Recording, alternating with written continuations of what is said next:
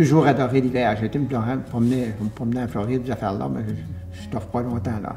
Je reviens tout le temps, j'aime l'hiver, j'aime la température, puis j'aime ça le matin sortir dehors, puis il fait frais. Jusqu'à moins 20, ça va bien. Là. Après ça, ben, c'est moins comique. Là. Parce que dans ma vie, j'ai tout le temps travaillé à dehors, sur la construction. Je travaillais dehors tout le temps.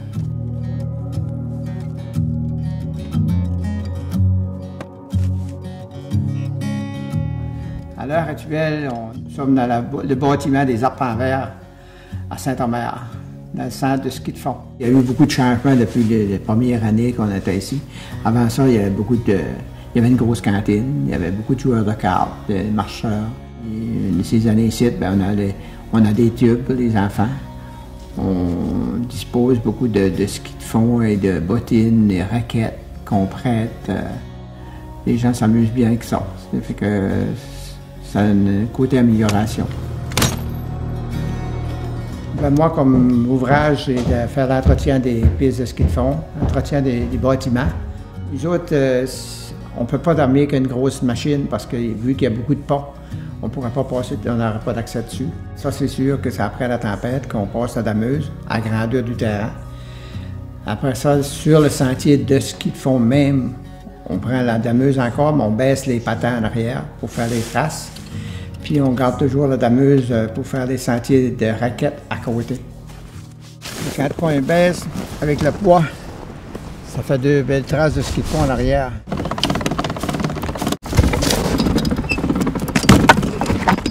Là, on va faire le trajet de la montagne, sentier des côtes. On va revenir par le deuxième relais, puis on va descendre par le sentier de la rivière.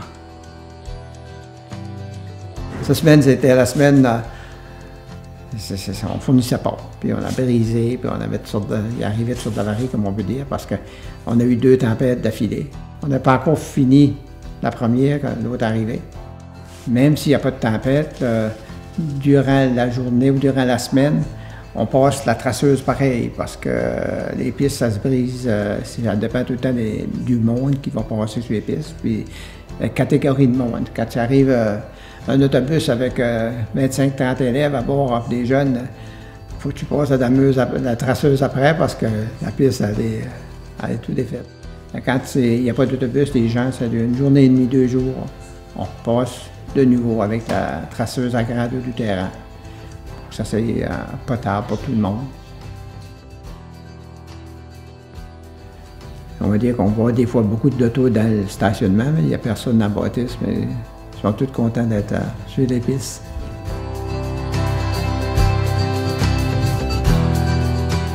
Les Arpents Verts, on va dire, ça a commencé, on va dire, officiellement avec l'organisation de l'OTJ.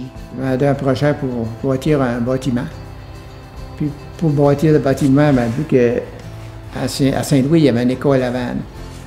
Fait qu'ils ont dit on va acheter l'école, puis on va aller démolir, puis on va récupérer le bois. En récupérant le bois, on va bâtir une bâtisse ici aux Arpents Verts.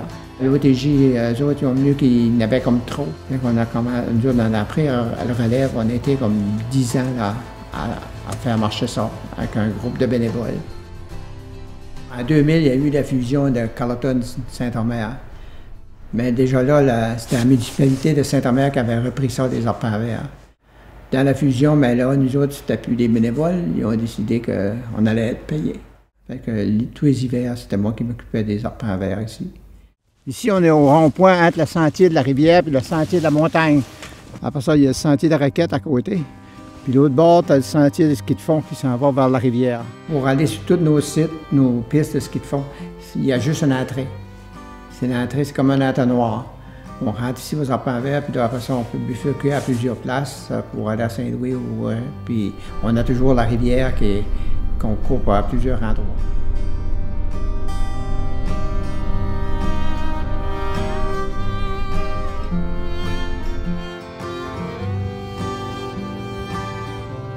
Là, on est sur le sentier de la montagne, puis la prochaine intersection, on va prendre ça, puis on va aller dans le sentier des côtes. C'est un peu plus rough, comme on peut dire, mais on va sortir au deuxième relais sur le sentier de la rivière après. On du ski genre patin, puis c'est pas du hors-piste, mais il n'y a pas de trace pour ces côtes.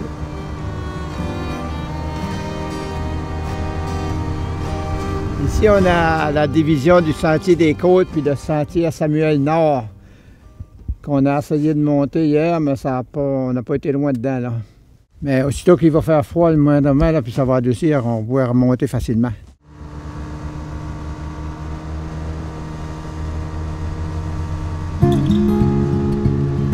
Là, on a le sentier des Côtes encore. Puis en bas, là, on voit la rivière Stewart, à part en arrière de Saint-Louis, puis elle se vide à la mer. Après ça, on va descendre, puis on va descendre au deuxième relais qu'on appelle.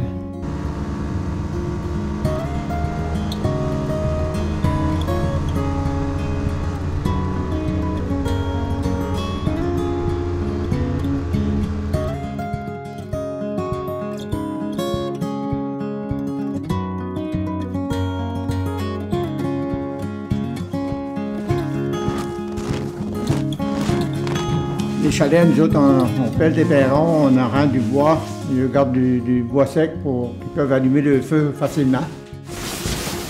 On va les faire un petit peu, vu qu'on a peut-être avoir des invités l'avant-midi. Donc peut-être froid aux mains.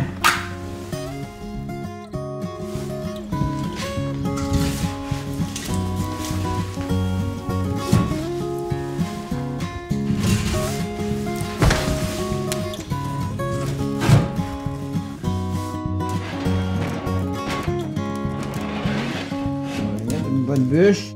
Donc là, il va être bon pour une partie de l'avant-midi, puis le chalet va réchauffer. Les clients qui vont arriver, puis ils vont être supposément contents. On va dire, au deuxième chalet, ça a été construit dans l'automne. Il y avait de la neige, c'était avant Noël. On l'a construit par les panneaux qu'on appelle en bas. On l'a monté ici sur un trailer avec ce qu'on appelle un timber jack. Il y avait comme deux pieds de neige déjà là. Ça n'est pas si bien qu'on pensait. On a eu beaucoup d'imprévus. Rendu là, on a débarqué les panneaux, puis on a dit au gars de Jack, va-t'en avec ta tempête reprenne. Fait que nous autres, on pensait à monter en motoneige pour monter la structure. Puis dans le mois de décembre, là, il faisait comme moins 15. C'était une grosse participation, puis les bénévoles ils étaient tough. Ils aimaient ça. On est au deuxième relais. Là, on va descendre sur le sentier de la rivière jusqu'aux Arpents Verts de nouveau. Si je me souviens bien, il y a 7 ponts avant d'arriver aux Arpents Verts. Alors, je me lève le matin, je vais m'amuser, c'est mon parc d'amusement.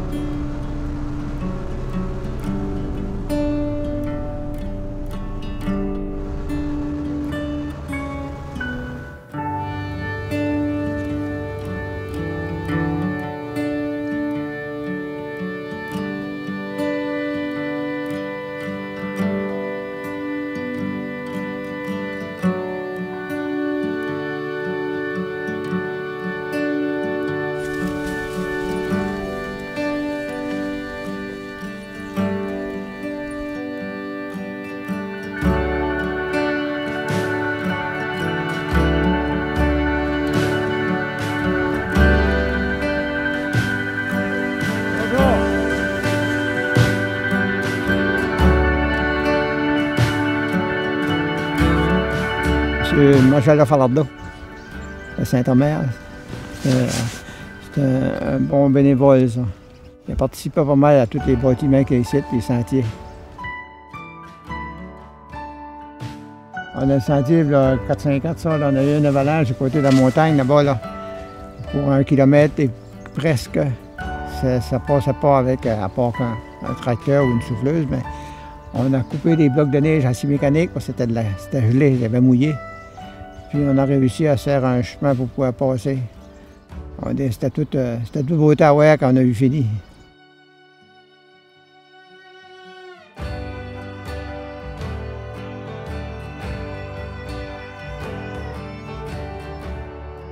Moi, j'ai monté ici avec des gars. On a coulé des piliers de ciment en conséquence pour pouvoir faire l'ajustement des ponts après. Puis on a fait, si je me souviens bien, 13 de même dans 2 ans. Tous les sentiers dans les montagnes, mais c'était pareil, c'était tous des sentiers. Il n'y avait pas de sentier au départ. J'ai commencé par marcher à boussole pour faire des crachats. Puis après ça, on a rubané ça. Puis on a monté avec une pelle mécanique, comme on peut dire.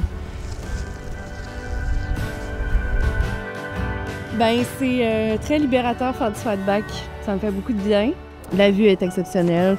C'est hyper tranquille, vraiment silencieux.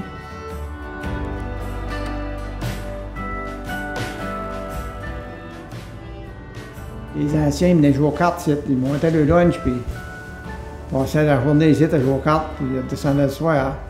Le soir, quand ils descendaient, des fois, il y avait les jambes molles parce qu'ils savaient toujours ramener une petite bouteille de vin, comme on peut dire, pour jouer aux cartes. Mais le soir, ils descendaient. Le lendemain matin, tout est passé avec. C'est quelqu'un qui avait tombé parce qu'il y avait des trous partout.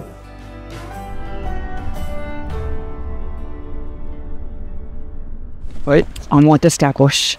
On passait sur la rivière, dans des ponts de glace. T'as le fun, ça aussi? Oui, oui. Il y avait plus de neige, la glace, la rivière gelait.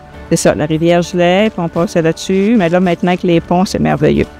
Les piles sont très belles. Marius fait de la job incroyable. Parce qu'en motoneige, ça prend le soute qui va avec. Parce que c'est des soutes spéciales, que l'air ne passe pas à travers. Tandis que le gars, lui, qui fait du ski de fond, ben, lui, c'est le moins lourd possible, parce qu'il lui, il se réchauffe, là. Mais il ne faut pas qu'il arrête longtemps. Il n'est pas habillé pour arrêter, là, lui. Là. Mais le gars qui est en motoneige, lui, il peut arrêter jaser, là. Le gars qui fait du ski de fond, puis le faire geler de bout s'il veut.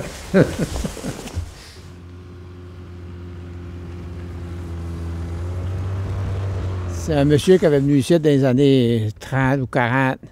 Il avait creusé un trou pour trouver de l'or. Puis il s'appelait Mathurin, le monsieur. Ça a resté on voit encore le trou. Mais le monsieur Mathurin, il n'est plus là, là. Lui avait décidé que supposément qu'il y avait de l'or. Il est venu ici, puis il a creusé un trou, mais personne ne connaissait. La légende de la mine de Mathurin.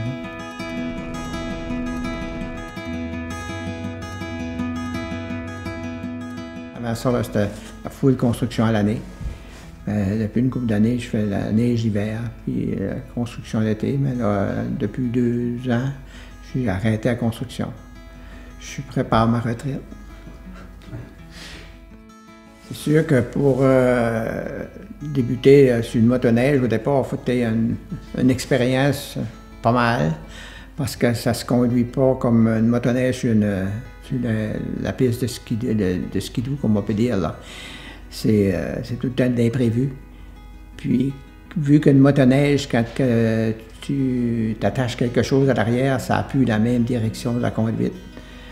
Puis, ça n'a plus le même ballon non plus. C'est pour ça que, avec toute l'expérience que j'ai, j'essaie d'y montrer au maximum pour qu'ils savent à quoi s'en tenir un petit peu plus tard, mais qu'ils tombent tout seuls. J'adore la job, puis j'adore le site, puis faire ce que je fais, je peux pas voir à mieux que ça, l'hiver surtout. C'est magnifique.